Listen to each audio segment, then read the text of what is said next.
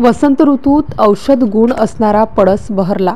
सगळीकडे पळसाच्या लालबुंद रंगाने निसर्गाची शोभा वाढली. वसंत ऋतूला ऋतूंचा राजा असे मानले जाते. वसंत पंचमीपासून वसंत ऋतू सुरू झाला असे समजले जाते. वसंत पंचमीचा कृषी संस्कृतीशी संबंध दिसून येतो. या ऋतूत शेतात तयार झालेल्या नवीन पिकांच्या लोंब्या घरात आणून त्या देवाला अर्पण करतात. पळसाचे झाड फुलांनी बहरल्यानंतर लालबुंद दिसून सर्वांचे लक्ष वेधून घेते. ही वनस्पती दिसायला जशी सुंदर तशी औषधी म्हणूनही गुणकारी असते.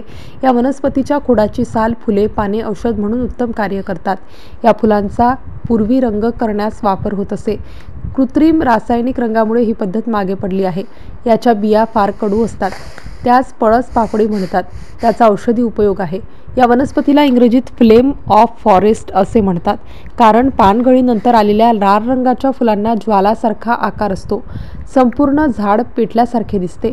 पळस हे शक्तिवर्धक, लघवी साफ करणारे, कामोत्तेजक, त्वचारोग यावर औषधीप्रमाणे कार्य करणारे गुणकारी झाड आहे.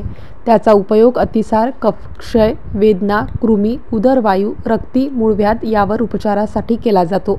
पळसाच्या पानांचा सौम्य काढा खोकला व पळसे यावर गुणकारी औषध आहे.